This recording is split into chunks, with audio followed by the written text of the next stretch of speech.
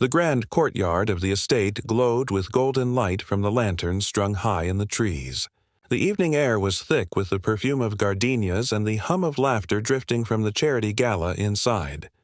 Mr. Liang, a man whose wealth could buy silence in almost any room, walked with calm authority toward his waiting car. His black suit was perfectly tailored, his expression unreadable, a man accustomed to control. At his side, little May clutched a small red purse and followed his steps carefully, her shiny shoes clicking softly against the marble floor. She had always been quiet, the kind of child who listened more than she spoke, and tonight her wide dark eyes seemed unusually alert. The two guards by the gate stood straight, pretending to be at ease. They spoke to each other in hurried whispers, unaware that the child could understand them.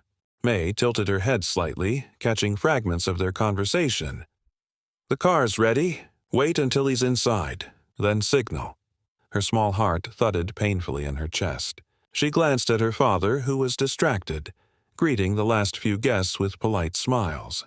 The men continued, one of them saying something about the timer and 5 seconds after the door shuts. May's throat tightened. Her father didn't notice her sudden stillness until she tugged at his sleeve. "Papa," she said, barely above a whisper, "don't get in the car." He looked down, half smiling, thinking she was sleepy or nervous.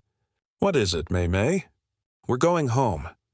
But she shook her head violently now, her voice trembling as she tried to find words. They said something bad will happen when you get inside." The amusement drained from his face. His eyes flicked toward the guards, then back to her. "Who said that?" he asked sharply, but she only pointed with a trembling hand. The two men had stopped whispering. One met Liang's gaze and gave a forced, respectful nod, but something about it, too stiff, too deliberate, made the hair on the back of his neck stand on end. The air suddenly felt heavier, and even the crickets seemed to pause. Liang looked back at his daughter, whose tiny hand clutched his like it was the only thing keeping her safe in the world. "It's true, Papa," she whispered, tears welling in her eyes. "They said it in Chinese. I understood them." Her words sliced through his doubt, leaving only cold fear and suspicion. He turned slowly toward the car waiting in the shadows of the driveway. The metal gleamed under the light, silent and still like something holding its breath.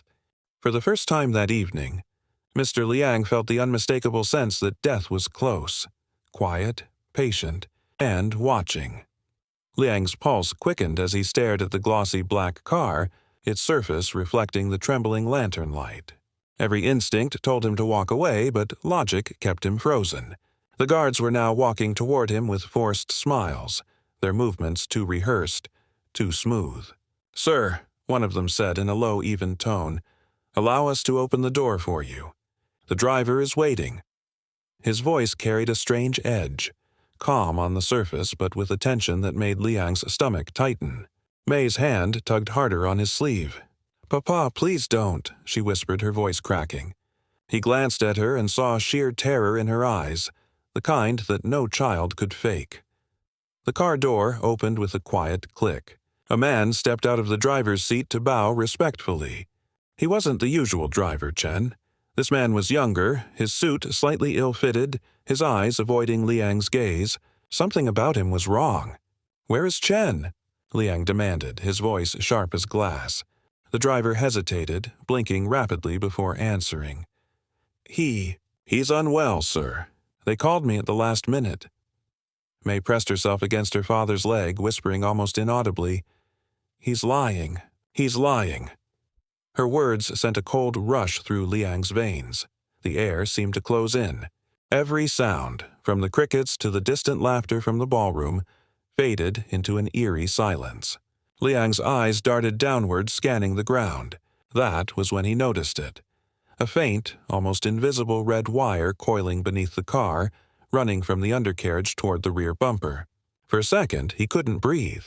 His mind connected the dots too fast to deny it. It wasn't paranoia. It wasn't a misunderstanding. It was a setup. He felt May's trembling fingers slip into his palm. Her small voice was barely a whisper. They said something about 5 seconds. His heart stopped. He grabbed her, pulling her back so abruptly she almost stumbled. The guards exchanged startled glances. One of them reached inside his jacket. That was enough for Liang. His instincts exploded into action. "Run!" he shouted, his voice thunderous and commanding. He turned, scooping May into his arms as her tiny cry echoed through the courtyard. The guards shouted something in Mandarin, too fast to catch, but their panic was clear. Liang sprinted toward the mansion steps, his expensive shoes slipping on the marble. Behind him, the car door slammed shut. The sound was followed by a deafening roar. A blast of fire erupted from the vehicle, turning the night into blinding orange chaos. The shockwave knocked him off his feet. He twisted his body mid-fall to shield May as glass and metal shards rained down. When the sound finally died, smoke billowed thick and dark across the courtyard. The car was gone. Nothing left but a burning shell and the faint scent of gasoline and death. Liang clutched May tightly, his ears ringing, his mind spinning. He could taste ash on his tongue, feel her small heart pounding against his chest. The guards were nowhere to be seen. Only the distant wail of alarms and the crackle of fire remained. In that shattered silence, he realized his own men had turned on him, and only his daughter's quiet courage had saved them both.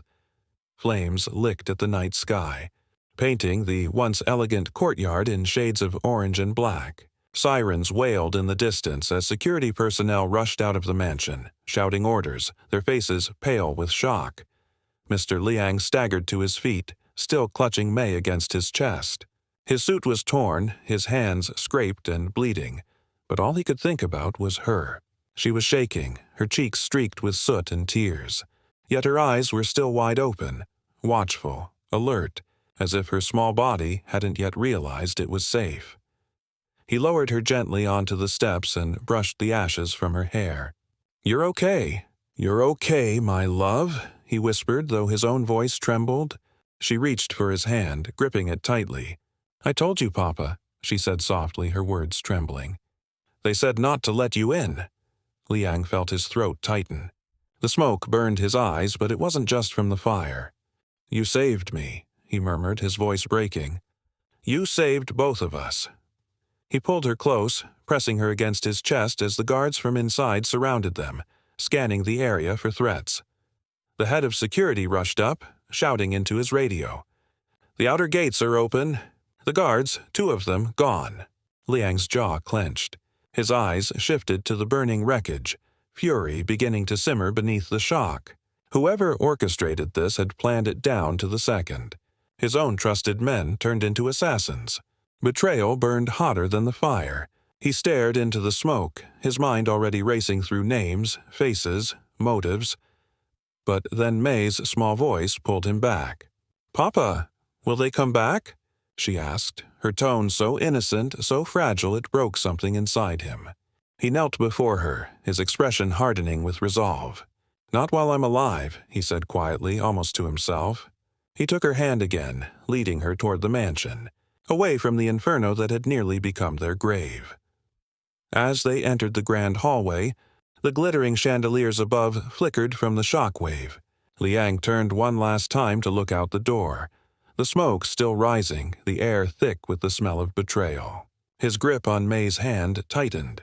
That night, a billionaire who had once trusted everyone learned the most important truth of all.